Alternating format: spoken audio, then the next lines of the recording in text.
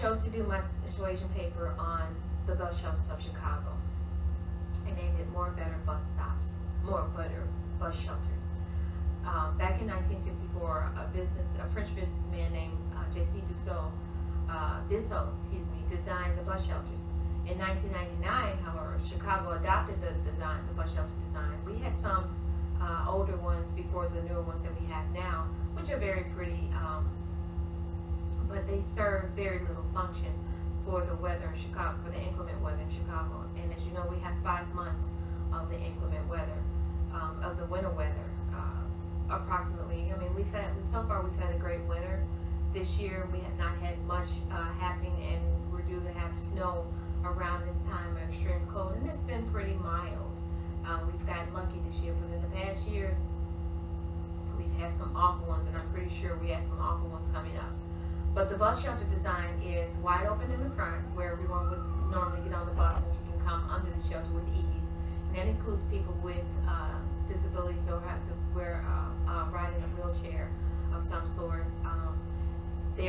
There's a bench under the shelter for seating. Usually, I'm pretty sure it's meant for disability and elderly people, or just comfortable seating if it's just you. But the seating only holds, it's a spot for 3 spaces. However, with social distancing, maybe 1 person. But I'm pretty sure that you have, when you go to a bus stop, people are not adhering to that. When you're tired and you want to sit down, that's what you do. You sit down, especially if there's available seating. Currently, the bus shelter can probably hold 10 people.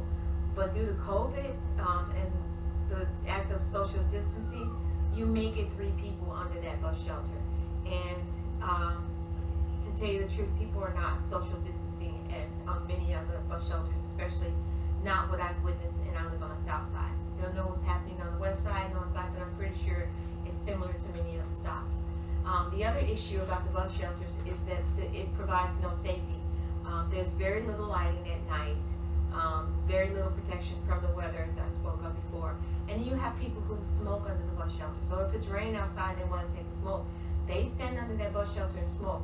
And as a non-smoker myself, it's my decision whether or not I decide to walk from under that shelter to not get hit with the cigarette smoke or stay and withstand it, which I think is very unfair. But that is a horse of another color. So the bus shelters really do not offer any protection. And furthermore, there are not very many of these bus shelters. Again, there are over 2,000 stops that we have, and I think we might have, 12,000 stops on any given route, but we have only maybe 18 to 2,100 actual bus shelters. And the bus shelter's design is not accommodating. So for the convenience of, if you decide that you do want to catch the bus and you know there's not a bus shelter at the next stop, and you know the bus shelter at the stop that you normally catch will be crowded, you, as an able-bodied person, you can walk down to the next stop or the stop before that, especially if you are a person who keeps the bus schedule and you know when the bus is coming. Usually it's 5 to 10 minutes during rush hour times. It's longer in the early morning hours, and especially at the non-peak hours in the evening time, like after 4 or 5. I'm not sure. I think it depends on the routes too, if you have a busy route. And I think on those busy routes we should have more bus shelters, bigger bus shelters. I believe that we should adopt a different design similar to the smoking shelter. I don't know, I've included a picture of the smoking shelter in the paper. And that design offers comfort, it offers more seating, it offers protection from most of the weather, maybe not the cold as much, but then it offers from the wind, which tends to make you feel colder even when it's not as cold outside. Let the wind blow and it takes off everything. And it whips your face. So again, it offers a little bit more protection. It's enclosed on all sides, and it has openings like a doorway.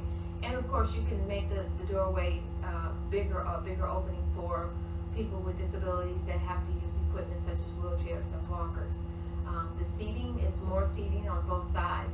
It even has a receptacle, mainly to dump the cigarette ashes and everything there, but it would be nice to have a receptacle there maybe for the garbage. I don't know if you've seen our bus stops.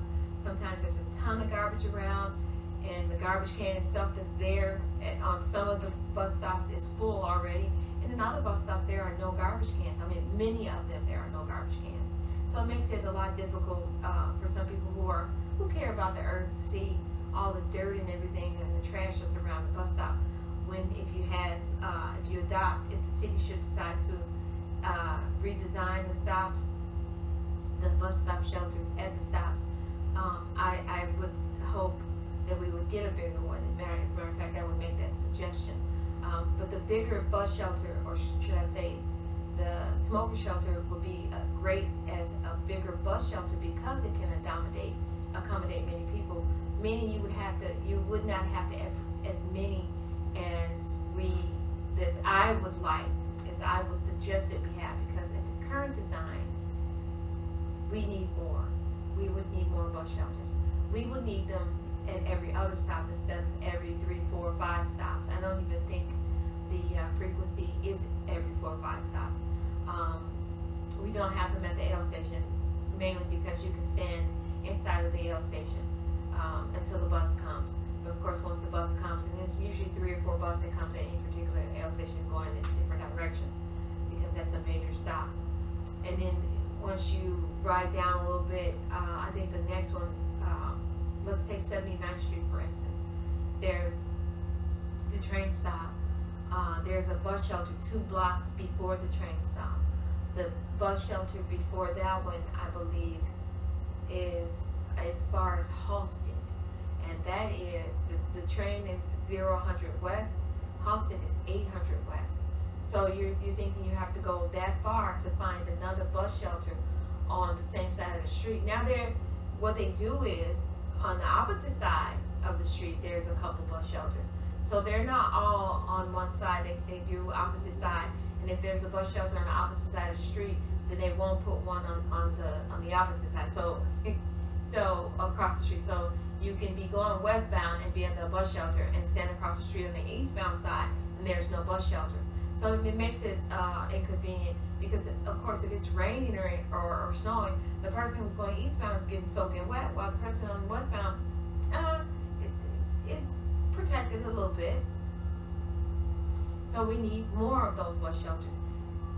However, if we were to build the better bus shelter with better lighting, because the smoker shelter also has ample lighting for people who smoke under there in the evening time, whatever their shift is. And again, personal businesses have adopted the smoking shelter. I think CTA in Chicago should adopt that same design for a regular bus stop shelter. Of course, keeping it non-smoking as a bus stop shelter. It would make a great addition to the city of Chicago. It doesn't have to be all jazzed up. I do believe they should keep the time that the buses are coming and how many buses are due. Like, you get the time of the next bus and then it's coming, and it announces that one is coming, and then there's a following 3 more times or 3 more buses. So if you miss one bus, you have to wait X amount of time or X amount of minutes for the next bus or the bus after that, depending on what route you're on. Actually, it depends on the route itself. If it's a busy route, if it's a route that's not frequented as often, which I believe in those cases, in the less frequented routes, less bus shelters. I don't want to, overextend, just because we need the bus shelters on a busy route. We don't need them as often on the other routes. They should be spaced out as they are on the routes that are not as busy. But on the routes that are busy, we do need more, and we do need better bus shelters.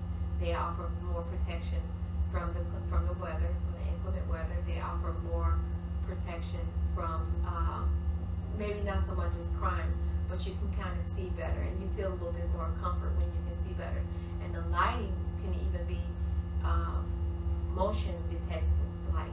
It does not have to be on at all times, but as soon as a rider or someone steps up under the shelter, the light should be able to click on and stay on until that person catches the bus or whatever they're doing at the shelter.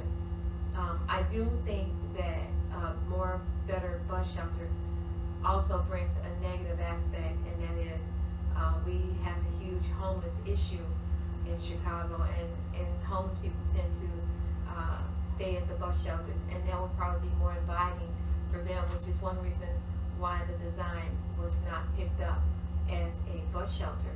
And I do understand that. However, we fix the homeless problem, we fix the bus shelter problem. It's almost one and the same.